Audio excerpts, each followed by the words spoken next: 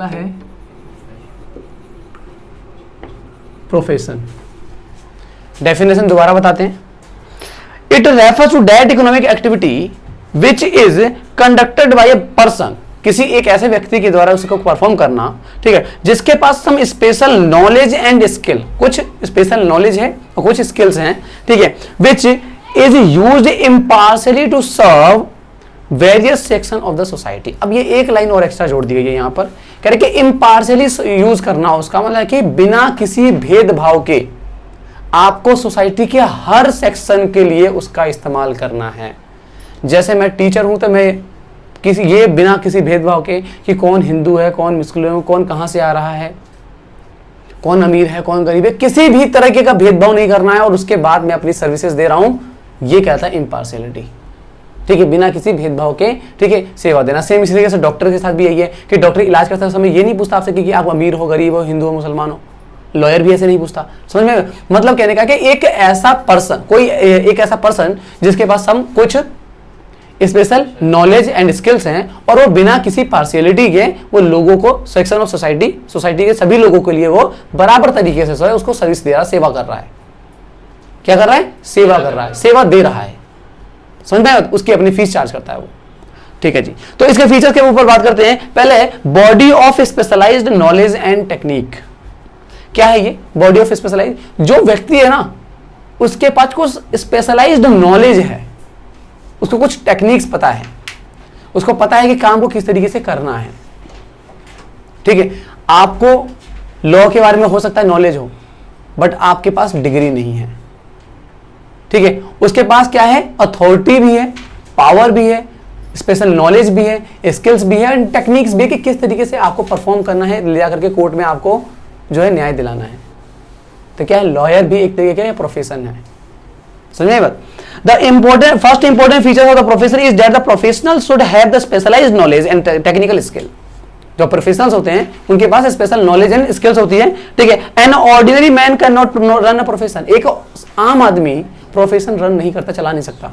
आप चाहो कि एक हॉस्पिटल खोल सकते हो? नहीं खोल सकते, एक डॉक्टर ही तो खोलेगा, समझ में बात? नेक्स्ट पॉइंट हमारा formalised method of acquiring training and experience. ये जो स्पेशल नॉलेज एंड स्किल्स उसने गेन किया है, पाया है, उसके लिए एक फॉर्मलाइज्ड प्रोसीड्यूर है, उस प्रोसीड्यूर से होकर गुजरना पड़ता है, तब जाकर के आपको वो सारी चीजें मिलती हैं।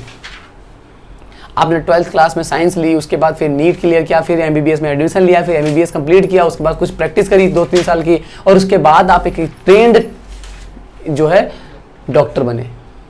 सेम लॉ में भी ऐसे ही है, मैनेजमेंट में भी ऐसे ही है, समझ में बात? मतलब क्या है कि क्या एक प्रोफेशनल व्यक्ति होता है वो क्या होता है कि किसी एक प्रॉपर कोर्स होता है, एक प्रॉपर प्रोसीड्यूर होता है, उसके थ्रू होकर के गुजरता है, तब जाके वो प्रोफेशनल बनता है, ठीक है। हर कोई नहीं बन सकता है, जो इस प्रोसीड्यूर को कंप्लीट करेगा वही बनेगा, ठीक है।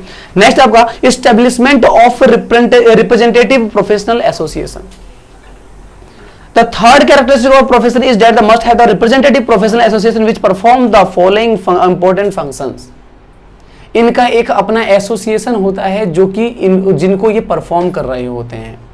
जैसे आपको पता है कि इंडियन लॉ बोर्ड ही वकील बनाती है लोगों को, ICAI institute of company chartered accountant of India he CA बनाती है लोगों को।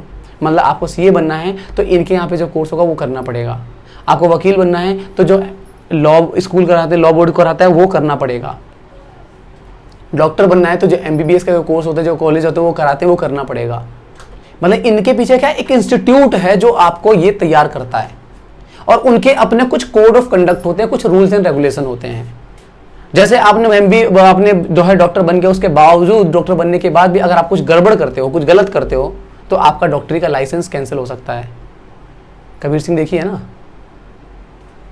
नहीं देखी? ऑपरेशन का लाइसेंस कैंसिल हो जाता है ना उसका, कुछ नशा करके वो ऑपरेशन करने चला जाता है, ठीक है। तो इनके अपने कुछ कोड ऑफ कंडक्ट होते हैं, वो कोड ऑफ कंडक्ट आपको फॉलो करने हैं।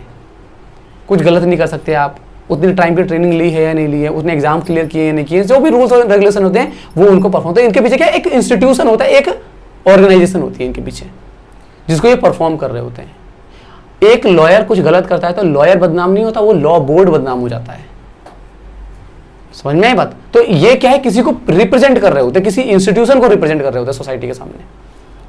ठीक है, नेक्स्ट है आपका कोड ऑफ कंडक्ट। बताया मैंने आपको कोड ऑफ कंडक्ट क्या है, एक एथिकल रूल्स एंड रेगुलेशंस होते हैं जो आपको मानने पड़ते हैं प्रोफेशन के अंदर।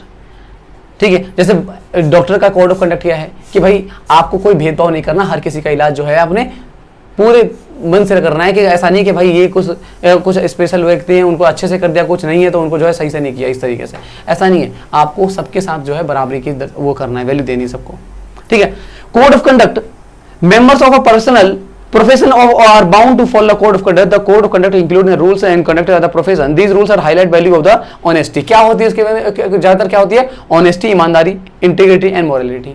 आप अपने मर्जी से समाज का भला कीजिए। समझ में आई बात? ठीक है, आपको ये देखना है कि आपकी वजह से आप अगर सोसाइटी में अगर अच्छे हो, कुछ स्पेशल नॉलेज स्किल्स हैं आपके पास, तो उसका लोगों को फायदा हो। ठीक है ना, काइंडनेस दिखानी है एक तरीके से। नेक्स्ट आपका priority of service over the economic consideration. ये एक पॉइंट क्या है, हमने अभी पढ़ा था कि प्रोफेशनल क्या होते हैं, फीस चार्ज करते हैं अपनी, और ये क्या है, एक तरीके की इकोनॉमिक एक्टिविटी है। बट यहां पर क्या किया गया, प्रायोरिटी दी गई है कि आप लोगों को सेवा देने का काम करेंगे। ऐसा नहीं होना चाहिए कि कभी पैसे को ज्यादा वैल्यू दिए जाने लगे, हालांकि ऐसा होता है मार्केट में।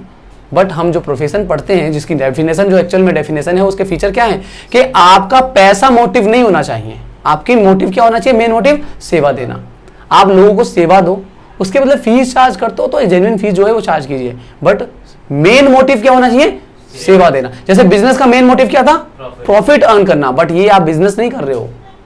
स्कूल खोल के बैठे हो आप, बिजनेस नहीं है। हॉस्पिटल खोल के बैठे हो, बिजनेस नहीं है। किसी को कोई बाहर रोड पे आपके मर रहा है और आपका हॉस्पिटल में आप उसके बोल रहे हो पैसे देगा तब इलाज होगा, इस तरीके से नहीं काम करना है। समझ में आई बात? मतलब कहने का है कि आपका सर्विस मोटिव मेन मोटिव होना चाहिए। अर्निंग तो हर कोई कर रहा है, आप भी कीजिए। ठीक है ना।